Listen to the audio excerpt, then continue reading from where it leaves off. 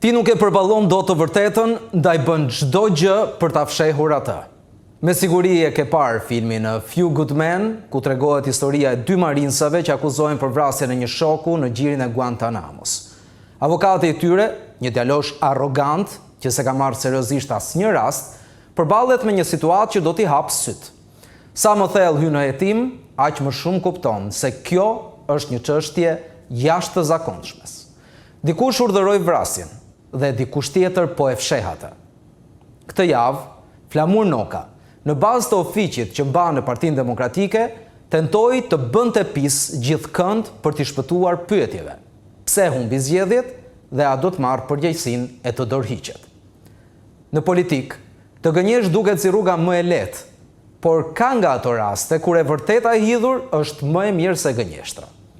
Në film, kur Tom Cruise thot dua të di të vërtetën, Jack Nicholson i përgjigjet. A e përballon dot? Pasi e vërteta mund të jetë një knockout.